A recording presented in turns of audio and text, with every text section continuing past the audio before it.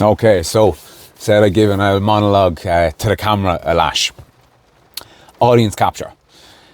A relatively new phenomenon, something that I only heard about recently, but I've experienced it myself personally because I have this fledgling YouTube channel and I'm a bit obsessive when it comes to metrics generally. So every 15 minutes I'm on the YouTube app, fucking how many views has this got, how many views has the channel got, what's the fucking click-through rate, what's the average duration rate, fucking, and I'm getting a bit, I tend to be a bit of an excessive, not an excessive person, I tend to be a bit of an obsessive person, and I tend to focus in on the fucking details of things all the time. So I've been very conscious of where the people have come from that listen to the channel or watch the channel, whether they're male or female, whether they searched a keyword, how long they've watched the video for, if it's 10 minutes long, are they watching the 10 minutes, are they watching 10 seconds? And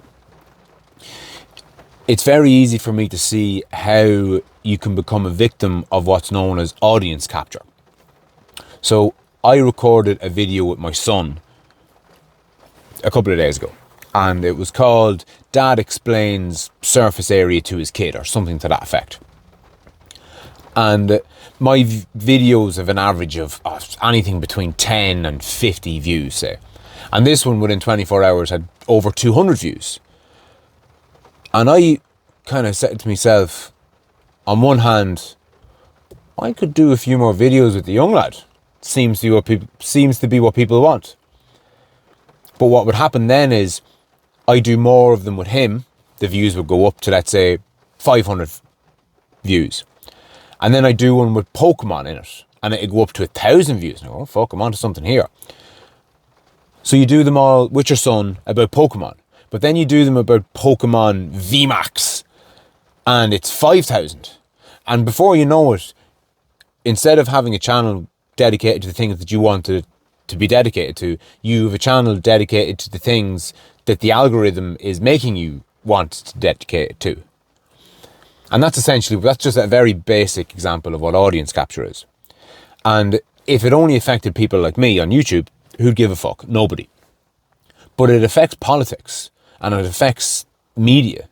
So the exact same thing applies. A news channel runs a story on some foreign policy thing for the United States.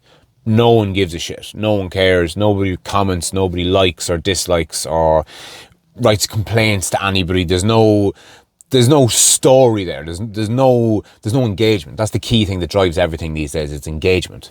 So there's no engagement.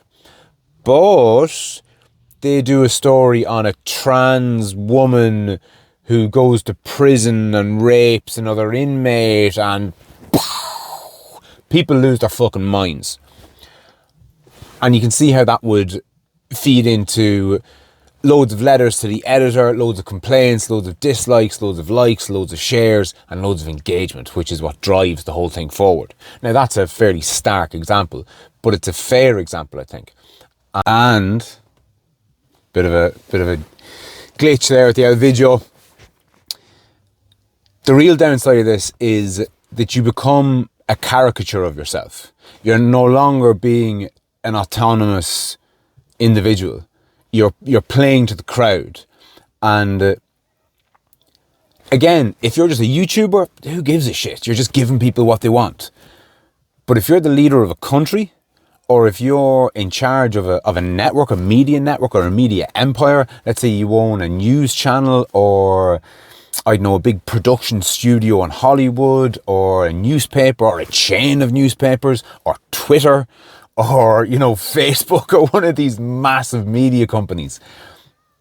If you get stuck in a positive feedback loop, and what that essentially leads to is what we have now, which is extremism.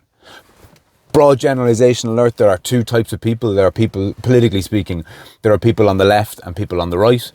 And if you keep playing to your own audience, what will happen is, if your audience is slightly skewed right, that means that you'll become more right-wing.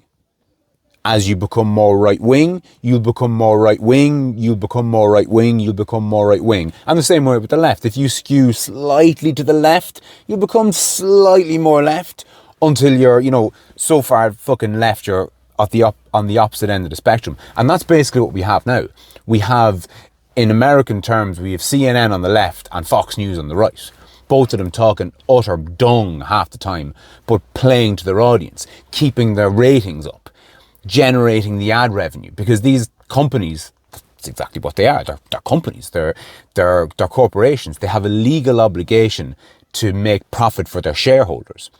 So it no longer becomes about integrity, or these companies don't have integrity anymore. I mean, for all intents and purposes, not only does journalistic integrity not exist anymore, but I don't think journalism exists anymore for the large part. Certainly not in the mainstream. Or the corporate press, as one of my boyfriends, Michael Malice, likes to call it. But that's audience capture. If you enjoyed that, there's a heap more. Check out the other channel, share it with a mate. And on that note, I'll catch you soon.